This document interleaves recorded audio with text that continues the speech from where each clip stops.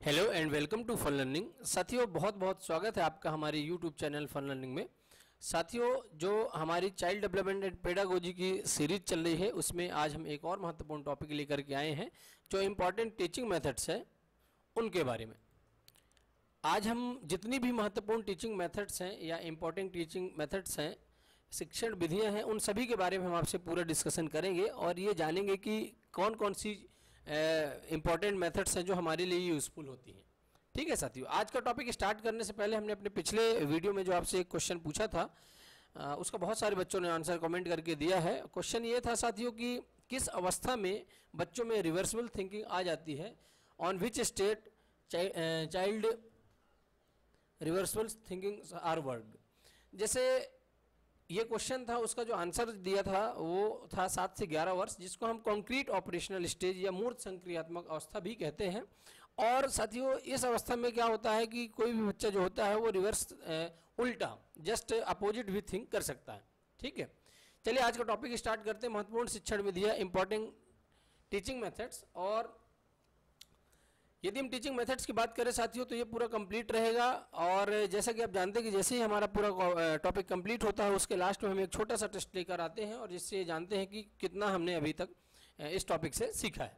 तो वीडियो को ज़रूर शुरू से लास्ट तक अच्छे तरीके से देखें, लाइक करें, सब्सक्राइब करें, कमेंट करें, ताकि हमको और भी उत्साह मिले और हम और पूरे नए वीडियो लेकर के आते रहें। साथियों, टीचिंग मेथड्स की यदि हम बात करें तो सबसे पहले आता है आगमन विधि, इंडक्टिव मेथड। और आगमन विधि की यदि हम बात करते हैं तो ये विधि साथियों उदाहरण से नियम की ओर जाती है। जो इंडक्टिव मेथड होती है वो प्रमुख रूप से पहले उसमें उदाहरण दिए जाते हैं और उदाहरण से वो नियम की ओर जाती है। और स्पेशली ये छोटे बच्चों के लिए होती है। छोटे बच्चों का मतलब प्राइमरी लेवल पे ये जो मेथड होती है ये विशिष्ट से सामान्य की ओर जाती है, स्पेसिफिक टू जनरल जाती है। और इस विधि में साथियों स्थूल से सूक्ष्म की ओर जाते हैं। ये इंपॉर्टेंट पॉइंट्स हैं जो एग्जाम में एज इट इज इसी तरह से पूछे जाते हैं। यह विधि प्रमुख रूप से छोटी कक्षाओं में है, जैसा कि अभी आपसे मैंने बताया। और इस विधि के द्वारा जो ज्ञान प्राप्त होता है वो स्थायी होता है। स्थायी क्यों होता है, अब ये बात करते हैं कि जो इंडक्टिव मेथड है उसमें नॉलेज स्थायी क्यों होता है। तो ये बात सीधे निकल करके आती है साथियों कि जब आपको एग्जाम्पल बताए जाते हैं, जब बहुत सारे आपको एग्जाम्पल बताए जाते हैं, तो जब उन एग्जाम्पल्स को आप अच्छे समझ लेते हैं और उसके बाद क्वेश्चंस को सॉल्व करते हैं तो वो नॉलेज जो है तो आपके माइंड में बहुत अच्छे तरीके से स्टेबल हो जाता है। इसलिए ये जो ज्ञान प्राप्त होता है हमको वो स्टेबल होता है, स्थायी होता है। इसी के जस्ट अपोजिट मेथड है निगमन विधि, जिसको हम डिडक्टिव मेथड के नाम से जानते हैं। निगमन विधि में साथियों जैसे सबसे पहले नियम बता दिया जाता है और फिर उदाहरण दिया जाता है। सो रूल टू एग्जाम्पल है, इसमें सबसे पहले नियम बताएंगे और फिर उदाहरण देंगे।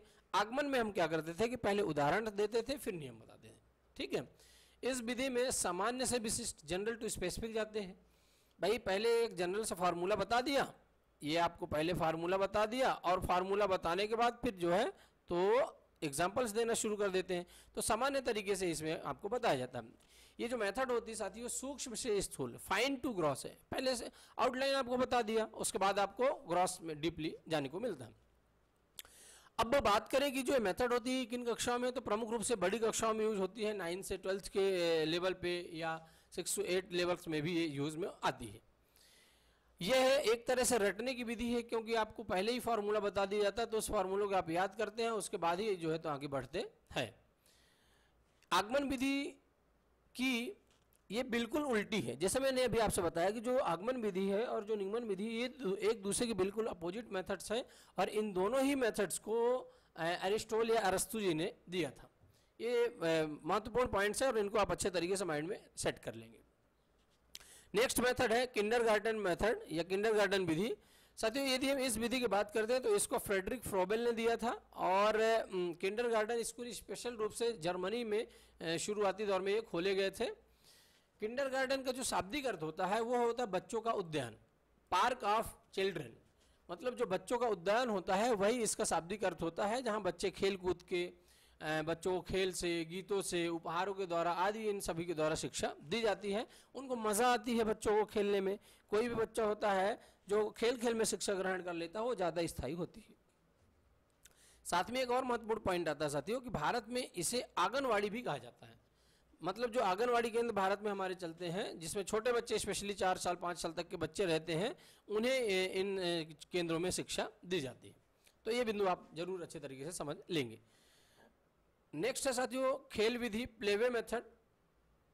प्लेवे मेथड भी किंडरगार्टन मेथड की ही तरह है और इस विधि को भी फ्रेडरिक फ्रोबेल ने ही दिया था। जैसा आप देख सकते हैं कि बच्चों को खेल खेल में शिक्षा दी जाती है। हालांकि इसका जो नॉमिनेशन किया, जो नामकरण किया, वो हेनरी कॉल्डवेल ने किया था, लेकिन जो इस विधि को दिए हैं वो फ्रोबेल साहब ही है, और फ्रोबेल साहब ने ही आपकी किंडरगार्टन मेथड को भी दिया था। नेक्स्ट यदि हम बात करें, ये वन लाइनर क्वेश्चन से डायरेक्ट पूछे जाते हैं कि ब्रेन स्टॉर्मिंग मेथड किसके द्वारा दी गई है। तो साथियों इसका सीधा सीधा सा आंसर आपके सामने निकल कर आता है कि एलेक्स फैक्ने ऑसबर्न ने जो है तो बुद्धिशीलता विधि या ब्रेन स्टॉर्मिंग मेथड को दिया है। नेक्स्ट मेथड है साथियों डाल्टन विधि या डाल्टन मेथड। तो इस विधि की यदि हम बात करें तो इसको जो दिया है वो थी मिस हेलेन पार्कहर्स्ट। ये मिस हेलेन पार्कहर्स्ट ने इस विधि को दिया था, और डाल्टन जो है ये अमेरिका का एक शहर है साथियों, इसी के नाम पे ये मेथड दिया गया है। और इस विधि को और देशी भाषा में यदि हम बात करें तो ठेका विधि के नाम से भी हम जानते हैं। साथ ही साथ में बच्चे को जिस विषय में ज़्यादा रुचि है उसमें अत्यधिक समय दिया जाता है। एक निश्चित टाइम डिसाइड किया जाता है, जैसे मान लीजिए 30 दिनों का टाइम पीरियड डिसाइड किया और उसमें एक टारगेट लेके चलेंगे कि हमको ये चीज़ें सिखाना है, तो ये डाल्टन मेथड के अंतर्गत आता है। तो आप ये ध्यान रखेंगे कि डाल्टन एक अमेरिका का शहर है और उस शहर के नाम पर ही इस मेथड का नाम दिया गया है, जिसको हेलेन पार्कहर्स्ट ने दिया था। ओके, नेक्स्ट मेथड की बात करते हैं फ्रेंड्स। तो परियोजना विधि है, जिसको हम प्रोजेक्ट मेथड के नाम से भी जानते हैं। ये मेथड साथियों W.H. किलपैट्रिक जी के द्वारा दी गई है, और इस विधि में या इस मेथड में किसी विषय विशेष को सीखने के लिए प्रोजेक्ट बनाकर सीखते हैं। एक प्रोजेक्ट बना लेंगे, एक टाइम डेस्टिनेशन तैयार कर लेंगे और उसको अच्छे से करेंगे। अब ये प्रोजेक्ट या तो आप अकेले कर सकते हैं, कोई भी बच्चा जो है तो अकेला कर सकता है, या फिर क्या करेंगे कि सामूहिक रूप से ग्रुप बना करके इस मेथड में किसी भी प्रोजेक्ट को पूरा किया जाता है। तो प्रोजेक्ट मेथड में बच्चे अपने से इन्वेंशन करते हैं, जैसे कोई मॉडल बनाते हैं खुद से, कोई अभिनय करते हैं, कहानी कोई पढ़ना है इत्यादि, इस तरह के जो काम होते हैं वो आपस में जो है साथियों ये लोग मिलके सारे बच्चे करते हैं। नेक्स्ट इंपॉर्टेंट मेथड आती है ह्यूरिस्टिक मेथड या अन्वेषण विधि या खोज विधि के नाम से भी इसको जानते हैं। और ये जो मेथड दी गई है वो H.E. आर्मस्ट्रांग जी के द्वारा दी गई है, और इस विधि में बच्चों को खुद ही किसी भी चीज़ का इन्वेंशन करने के लिए, खोजने के लिए प्रोत्साहित किया जाता है। साथ ही साथ में जो टीचर होता है साथियों, जो शिक्षक होता है, वो एक परामर्शदाता, एक गाइडर होता है, एक फैसिलिटेटर होता है, जैसा कि NCF ने भी किया। NCF 2005 ने भी क्या बताया है, NCF 2005 ने ये बताया है कि जो टीचर होता है, टीचर को एक फैसिलिटेटर या परामर्शदाता के रूप में काम करना चाहिए। तो अन्वेषण विधि ह्यूरिस्टिक मेथड में टीचर जो है तो यही काम करता है, ठीक है, और बच्चे खुद ही सारी चीज़ों को खोजते हैं और फाइंड करते हैं। नेक्स्ट मेथड है प्रश्नोत्तर विधि या क्वेश्चन आंसर मेथड। तो साथियों जो इस मेथड की यदि बात करें तो इसको सुकरात साहब ने दिया है, सोक्रेट्स ने दिया है, और इस विधि के अंतर्गत बच्चों से प्रश्न पूछा जाता है। साथ ही साथ बच्चों को प्रश्न पूछने के लिए प्रोत्साहित किया जाता है, उनको क्लास में एक्टिव रखने के लिए उनको एंगेज करके रखा जाता है। जब बच्चे प्रश्न पूछते हैं तो उनकी एक्टिविटी बहुत तेजी से बढ़ती है और उनके अंदर जो है तो कॉन्फिडेंस भी इंक्रीज होता है।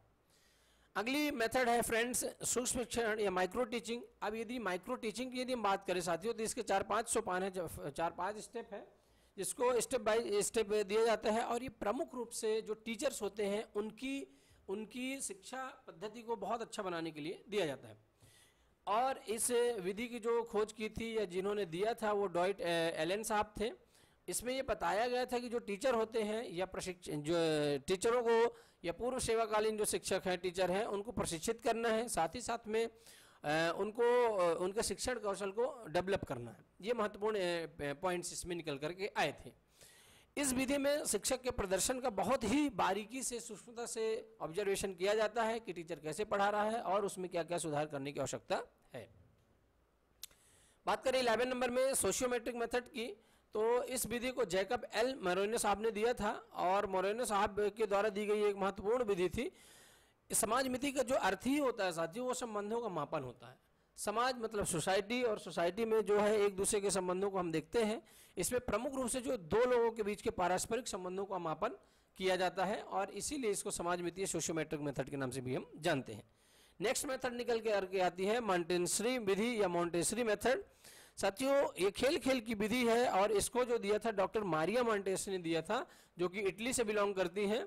और इस विधि का जो प्रचलन है साथियों भारत में भी बहुत है, क्योंकि 1949 के आसपास भारत में रह करके उन्होंने अपने इस मेथड को काफ़ी प्रचार प्रसार किया, इसलिए भारत में भी इसका बहुत ही उपयोग किया जाता है। साथ ही विभिन्न प्रकार के उपकरणों से खेलकर अक्षरों से अंक गणित, रेखा गणित आदि का ज्ञान भी प्राप्त किया जाता है। नेक्स्ट मेथड निकल करके आती है अभिक्रमित अध्ययन विधि। ये वन लाइनर है, डायरेक्ट हम इसके बारे में ज़्यादा चर्चा नहीं करेंगे। डायरेक्ट ऐसे पूछता है कि प्रोग्राम्ड लर्निंग मेथड किन्होंने दिया था, तो इसका जो सही आंसर जाता है वो BF स्किनर साहब ने दिया था। ठीक है, नेक्स्ट नंबर है साखी अभिक्रमण विधि या प्रोग्राम्ड इंस्ट्रक्शन मेथड, और इस विधि को नॉर्मन ए काउडर साहब ने दिया था। नेक्स्ट मेथड है फ्रेंड्स हर्बर्ट की पंचपदी प्रणाली है, 5 step lesson plan of Herbert, और इस मेथड को हर्बर्ट ने ही दिया था और उनके नाम से ही जानी जाती है। और इस विधि को हर्बर्टियन विधि या हर्बर्टियन मेथड के नाम से भी हम जानते हैं। इसमें प्रमुख रूप से उन्होंने 5 स्टेप्स दिए थे जो निम्नानुसार हैं। फर्स्ट में सबसे पहले आप प्रिपरेशन किसी भी सब्जेक्ट की करेंगे, तैयारी करेंगे, फिर उसको प्रेजेंट करेंगे, प्रेजेंटेशन देंगे, प्रस्तुतिकरण करेंगे, इसके बाद एसोसिएट करेंगे, उनको आपस में मिलाएंगे, संगठित करेंगे। नेक्स्ट स्टेप में आता है जनरलाइजेशन, सामान्यकरण, उसको एक्सप्लेन अच्छे तरीके से करेंगे, और साथ ही साथ में लास्ट में उसके कई सारे अनुप्रयोग या एप्लीकेशन हम देखते हैं। और इस तरह से जो हर्बर्ट साहब है उनके 5 स्टेप कंप्लीट हो जाते हैं, जिनसे पूरा किसी भी चैप्टर का एक्सप्लेनेशन बहुत अच्छे तरीके से हो जाता है। नेक्स्ट स्टेप है ब्रेल लिपि या ब्रेल मेथड, जिसको हम ब्रेल लिपि के नाम से भी जानते हैं या ब्रेल स्क्रिप्ट के नाम से भी जानते हैं साथियों। इसमें प्रमुख रूप से साथियों 6 पॉइंट्स होते हैं, और ये दृष्टिबाधित या नेत्रहीन बच्चों के लिए ये स्क्रिप्ट यूज में आती है। और इस मेथड को लुइस ब्रेल साहब ने ही दिया था, जिसमें उभरे हुए अक्षर बने हुए होते हैं, और इन अक्षरों को कागज में जो उभार के द्वारा बने हुए होते हैं उनको छू छू करके, टच कर करके जो नेत्रहीन बच्चे होते हैं उनको अच्छे तरीके से समझते हैं। अगली मेथड है बुनियादी शिक्षा या बेसिक एजुकेशन। जैसा कि आप जानते हैं साथियों कि जो बेसिक एजुकेशन है वो वर्धा एजुकेशन स्कीम से जुड़ी हुई एजुकेशन है, और इसको MK गांधी या मोहनदास करमचंद गांधी जी ने 1937 में दिया था, और इसका भी उपयोग भारत में बहुत तेजी के साथ किया गया था। अगली मेथड आती है इमिटेशन मेथड या अनुकरण विधि। इमिटेशन का मतलब ये है कि जैसा आप देखते हैं कि जो छोटे बच्चे होते हैं, मोस्टली जो ओरिजिन होते हैं, 1-2 साल के बच्चे, 3 साल के बच्चे, 4 साल के बच्चे, तो उनको आप देखेंगे कि वो ज़्यादातर किसी भी चीज़ को इमिटेट करते हैं। जैसा बड़े बच्चे करते हैं या बड़े घर में बड़े करते हैं, उसी तरह से छोटे बच्चे भी इमिटेट करते हैं, सीखते हैं और उन्हीं एक्टिविटीज़ को फॉलो करते हैं। इस मेथड को साथियों एल्बर्ट बंडूरा साहब ने दिया था, और इसमें प्रमुख रूप से जो कॉग्निटिव है, संज्ञान का उपयोग किया जाता है, अपनी बुद्धि का, दिमाग का इस्तेमाल किया जाता है। अगली मेथड है साइंटिफिक मेथड, और साइंटिफिक मेथड को जिसको हम वैज्ञानिक विधि के नाम से भी जानते हैं, इस मेथड को देने का श्रेय फ्रांसिस गाल्टन साहब को जाता है।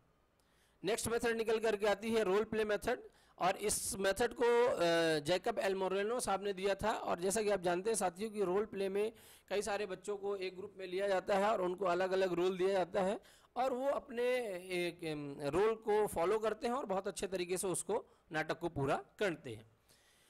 23rd नंबर पे है विश्लेषण विधि, जिसको हम एनालिसिस मेथड भी कहते हैं। और एनालिसिस विश्लेषण शब्द का अर्थ ही है कि उसको खंड करना है, टुकड़ों में बांटना है, उसको डिस्क्राइब करना है। छोटे छोटे टुकड़ों में बांट करके बालक जो है या चिल्ड्रन जो है अपनी मानसिक शक्तियों का यूज़ करते हैं, तर्क करते हैं, चिंतन करते हैं, साथ ही साथ में धीरे धीरे वो इस समस्या से समाधान की ओर बढ़ते जाते हैं। ये जो मेथड है साथियों अज्ञात से ज्ञात की ओर जाती है, हमको मालूम नहीं होता है, और धीरे धीरे हम उसको जब चिंतन करते रहते हैं, सॉल्व करते हैं, तो हम उसके आगे स्टेप में बढ़ते जाते हैं, प्रमाण से प्रत्यक्ष की ओर जाते हैं इस मेथड के द्वारा। और इस टॉपिक में लास्ट मेथड है संश्लेषण विधि या सिंथेसिस मेथड। साथियों विश्लेषण और संश्लेषण एक दूसरे की अपोजिट मेथड है, ठीक है ना। जैसे आगमन और निगमन इंडक्टिव एंड डिडक्टिव मेथड थी, same as analysis and synthesis method जो है तो एक दूसरे के अपोजिट है। संश्लेषण विधि ज्ञात से अज्ञात की ओर जाती है, जैसा भी हमने यहाँ पर बताया था, अज्ञात से ज्ञात। इस विधि में पहले से ज्ञात तथ्य एवं सूत्रों की सहायता से हम नए तथ्यों को सॉल्व करते हैं। पहले से हमको इंफॉर्मेशन मिली रहती है और उसके बाद हम उसको जो है तो सॉल्व करते हैं। जो ये जो मेथड है साथियों बालकों को खोज करने का अवसर प्रदान करती है या टाइम उनको देती है। इस तरह से साथियों जो आज का हमारा पूरा कंप्लीट टॉपिक होता है वो पूरा होता है और इसमें जो महत्वपूर्ण मेथड्स हैं वो निकल करके सामने आती हैं। उम्मीद करते हैं कि आपको ये सारी मेथड्स जो है तो अच्छे तरीके से समझ में आई होगी। यहाँ पर हमने साथियों एक मेथड और थी हमारी जो विनेटिका मेथड है, ये विनेटिका विधि है। इस विधि को भी कार्ल्टन वॉशबर्न ने दिया था, तो इसको भी आप याद करके रखेंगे। अक्सर ही जो जितने भी टीचिंग एग्जाम्स कंडक्ट होते हैं, चाहे हम एमपी में पूछे, एमपी टेट की पूछे बात करें, या हम यूपी टेट की बात करें, या हम केवीएस की बात करें, एनबीएस की बात करें, या जितने भी टीचिंग एग्जाम्स होते हैं उसमें 1 से 2 नंबर या 3 नंबर की इन मेथड से डायरेक्ट क्वेश्चन पूछे जाते हैं कि आगमन विधि में किस से किस ओर जाते हैं या निगमन विधि में किस ओर से किस ओर जाते हैं। इस तरह से डायरेक्ट आपसे क्वेश्चंस पूछे जाते हैं। उम्मीद करते हैं कि आप इस वीडियो को एक बार 2 बार देख करके इन सारी मेथड्स को आप अपने माइंड में अच्छे तरीके से सेटअप कर लेंगे ताकि ये आपको भूले नहीं। और कई बार नाम से पूछ लिया जाता है कि ह्यूरिस्टिक मेथड को किस साइंटिस्ट ने दिया था या किस साइकोलॉजिस्ट ने दिया था, तो उम्मीद करते हैं कि आप इन सभी का आंसर अच्छे तरीके से दे पाते हैं। चलिए साथियों बिना लेट किए पहुंचते हैं अपने इंपॉर्टेंट टेस्ट की ओर। और पहला ही क्वेश्चन हम देखते हैं कि डाल्टन विधि किसने दिया था। डाल्टन विधि जिसको हम ठेका विधि के नाम से भी जानते हैं, और हमने आपको पहले ही बताया था कि डाल्टन जो है तो जो वो यूएस या यूएसए का एक छोटा सा शहर है और उसी शहर के नाम पर इसका नाम रखा गया। 4 ऑप्शन आपके सामने हैं, अरस्तु हैं, एरिस्टोल हैं, ग्रेगर मेंडल साहब हैं, ब्लेयर साहब हैं या मिस हेलेन पार्कहर्स्ट हैं। तो इसका साथियों जो सही आंसर निकल करके आता है वो है मिस हेलेन पार्कहर्स्ट। इन्होंने ही डाल्टन मेथड दिया था। प्रश्न नंबर 2 की चर्चा करते हैं कि आगमन एवं निगमन विधियां inductive and deductive methods given by home किसके द्वारा दी गई हैं। फ्रॉबेल साहब के द्वारा, एरिस्टोल या अरस्तु के द्वारा, विलियम किलपैट्रिक के द्वारा या हर्बर्ट के द्वारा। तो साथियों जैसा कि हमने अभी आपसे ऊपर चर्चा किया था टॉपिक में कि जो इंडक्टिव एंड डिडक्टिव मेथड है, इंडक्टिव मेथड में हम उदाहरण से नियम की ओर जाते हैं और डिडक्टिव मेथड में हम नियम से उदाहरण की ओर जाते हैं। ये छोटी कक्षाओं के लिए होती है, ये बड़ी कक्षाओं के लिए होती है ना।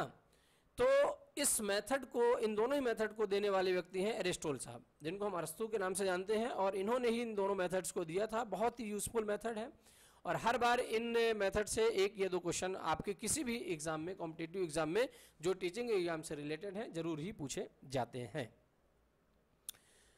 नेक्स्ट क्वेश्चन है दृष्टिबाधित बच्चों के लिए कौन सी विधि अपनाई जाती है। दृष्टिबाधित जो देख नहीं सकते हैं उनके लिए कौन सी मेथड यूज में आती है। ऑप्शंस हैं Winnetka method, Herbart method, Braille script, Braille method या मॉन्टेसरी मेथड।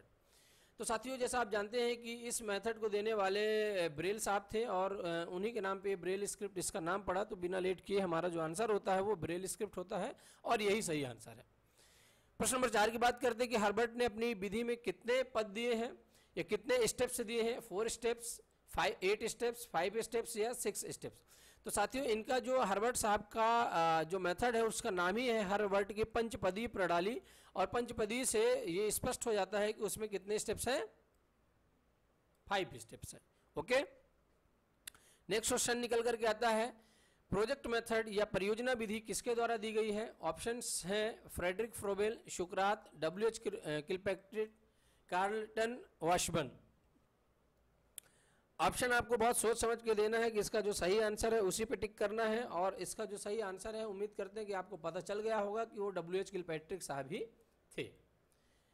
नेक्स्ट क्वेश्चन की ओर मूव करते हैं फ्रेंड्स। किंडरगार्टन को भारत में किस नाम से जाना जाता है। बहुत ही इंपॉर्टेंट क्वेश्चन है, वेरी वेरी इंपॉर्टेंट क्वेश्चन है, कई बार रिपीट हुआ क्वेश्चन है, इसलिए आप इसको जरूर अच्छे तरीके से समझ लें। इंडक्टिव मेथड आगमन विधि जिसमें हम उदाहरण से नियम की ओर जाते हैं। डिडक्टिव मेथड निगमन विधि जिसमें हम रूल टू एग्जाम्पल जाते हैं। ये डाल्टन मेथड या आंगनवाड़ी। तो साथियों हमने आपसे ऊपर चर्चा किया हुआ है कि जो किंडरगार्टन मेथड है जो खेल खेल में बच्चे सीखते हैं, इस मेथड को हम किस नाम से जानते हैं।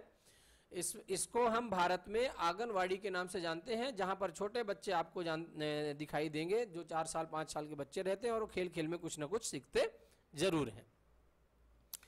नेक्स्ट क्वेश्चन की ओर मूव करते हैं। उदाहरण से नियम की ओर किस विधि में जाते हैं। बहुत ही सिंपल सा आंसर है इंडक्टिव मेथड या आगमन विधि, निगमन विधि जिसको हम डिडक्टिव मेथड जानते हैं। नेक्स्ट है प्लेवे मेथड या प्रोजेक्ट विधि 4th नंबर में। तो साथियों जैसा कि हमने आपसे ऊपर अभी काफ़ी बार इस क्वेश्चन पे चर्चा किया है कि जो आगमन विधि है उसमें हम उदाहरण से नियम की ओर जाते हैं, तो इसका सही आंसर आगमन विधि हो जाता है। और इसी की जस्ट अपोजिट हो जाती है निगमन विधि। निगमन विधि में हम नियम से, जैसा निगमन सीधा सीधा उसी से स्पष्ट होता है, इसमें हम क्या करते हैं, पहले हम सिंपल नियम जान लेते हैं और ये स्पेशल रूप से 8 से 11 12 तक के बच्चों के लिए यूज में आती है। प्रश्न नंबर 8 को देखते हैं कि डॉक्टर मारिया मॉन्टेसरी कहाँ की थी। बहुत ही आउटलाइनर क्वेश्चन है, लेकिन कई बार इसी नाम से पूछा गया है। अमेरिका, कनाडा, चाइना या इटली। तो साथियों जो डॉक्टर मारिया मॉन्टेसरी थी वो इटली से बिलोंग करती थी। इसका सही आंसर यही है। प्रश्न नंबर 9 को देखते हैं कि बुनियादी शिक्षा किसने दिया था। बहुत ही शानदार क्वेश्चन है और इसका जो सही आंसर है वो आप समझ ही गए होंगे, फिर भी एक बार ऑप्शन को देख सकते हैं। Louis Braille, Francis Galton, Mahatma Gandhi, Montessori. तो इसका साथियों जो सही आंसर है वो है डॉक्टर महात्मा गांधी साहब। प्रश्न नंबर 10 की ओर चर्चा करते हैं कि किस विधि में बच्चे सामान्य से विशिष्ट की ओर सीखते हैं। खेल विधि में, समाजमिति विधि में, आगमन विधि में या निगमन विधि में। तो साथियों इसका जो सही आंसर है आपको निश्चित रूप से समझ में आ गया होगा कि जो डिडक्टिव मेथड है, ये जो निगमन विधि है, उसमें बच्चे क्या है, खेल से सामान्य से विशिष्ट की ओर सीखते हैं, जनरल टू स्पेसिफिक। ओके, इस तरह साथियों हमारा आज का पूरा टेस्ट भी कंप्लीट होता है। उम्मीद करते हैं कि आप इन सभी क्वेश्चंस के आंसर अच्छे तरीके से दे पाए होंगे। बिना देरी किए हम अपने आज के क्वेश्चन की ओर चलते हैं, जो हम आपसे अक्सर ही अपना टॉपिक एंड होने पर पूछते हैं। और क्वेश्चन आपके सामने है कि जो खोज विधि है, जिसको हम अन्वेषण विधि या ह्यूरिस्टिक मेथड के नाम से भी जानते हैं, उसको किस साइंटिस्ट ने दिया था या किस व्यक्ति ने दिया था, किस साइकोलॉजिस्ट ने दिया था। इसका आंसर साथियों आपको कमेंट करके बताना है।